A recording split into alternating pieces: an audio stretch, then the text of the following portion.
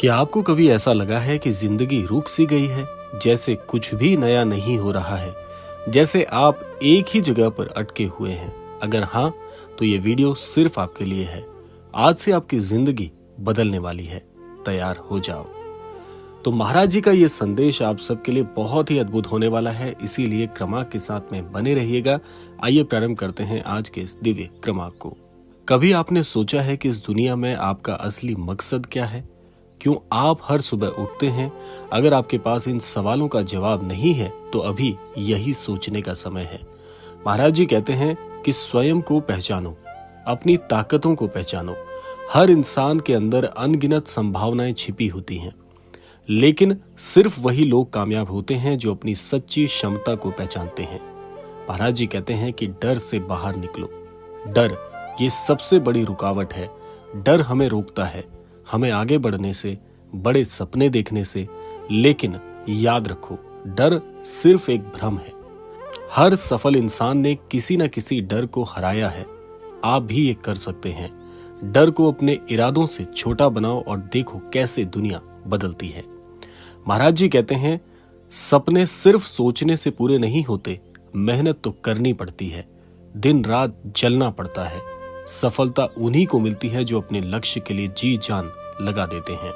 अगर आप बड़े सपने देखते हैं तो बड़ी मेहनत भी तो करनी होगी। आलस्य को छोड़ना पड़ेगा, समय का सही उपयोग करना होगा और अपनी मेहनत से अपनी पहचान बनानी पड़ेगी।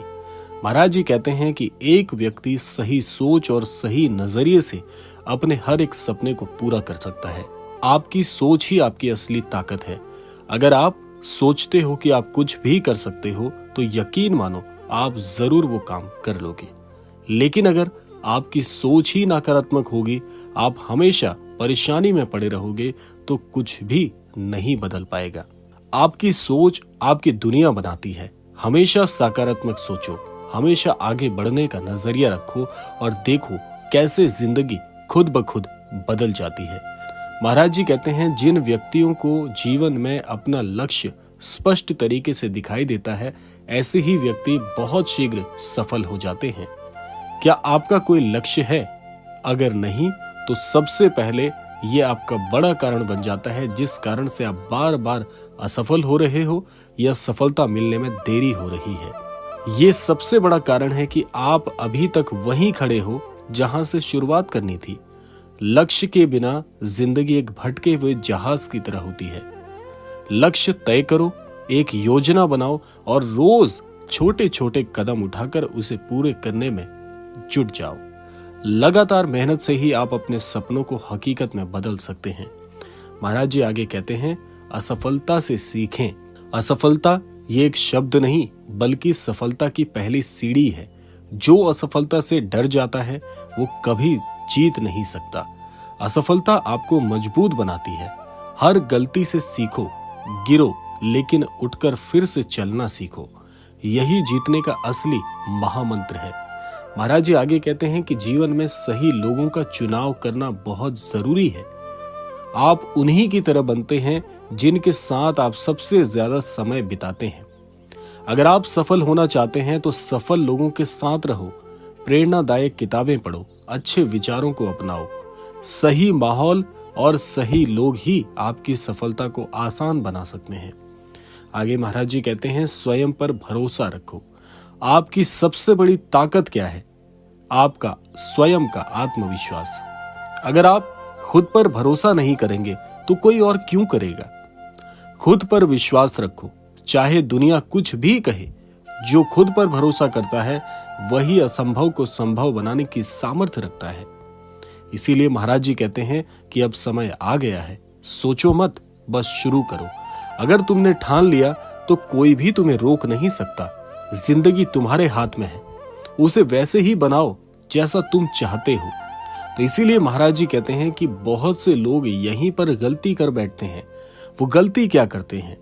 महाराज जी कहते हैं, बहुत से लोग तो शुरुआत करने में ही भयभीत हो जाते हैं, और बहुत से लोग जो शुरुआत करते हैं वो बीच में रुक जाते हैं, और बहुत से लोग शुरुआत भी करते हैं, उस पर अमल भी करते हैं, लेकिन थोड़ी बहुत असफलताएं देखते ही वो वहीं पर अपने कदम रोक लेते हैं, जबकि उस अगली परेशानी के बाद ही उसकी सफलता तय थी, लेकिन वो व्यक्ति तो वहीं पर रुक गया।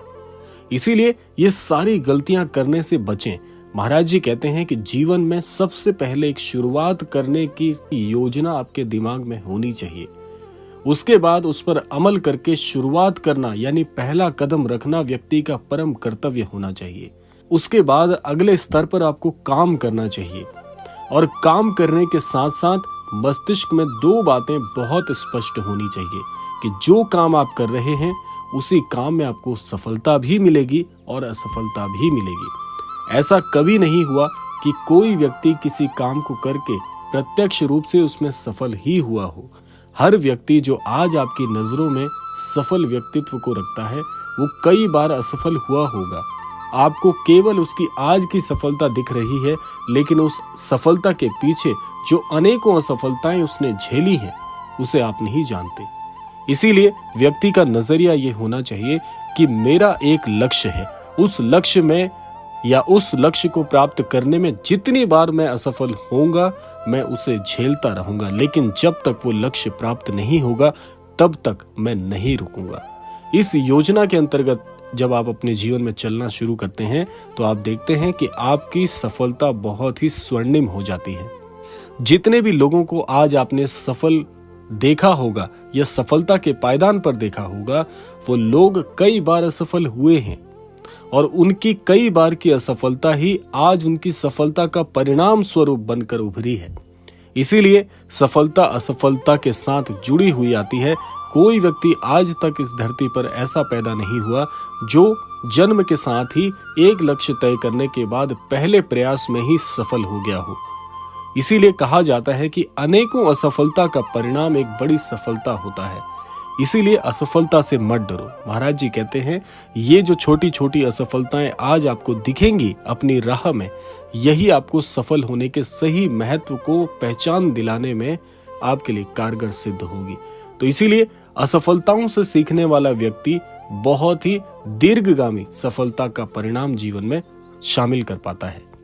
और दूसरा, महाराज जी कहते हैं जो व्यक्ति जीवन में असफल नहीं हुए उनसे आपको सीखने को कुछ नहीं मिलेगा, क्योंकि जीवन में जितनी भी सीख है वो कई बार गिरकर उठने पर समझ में आती है।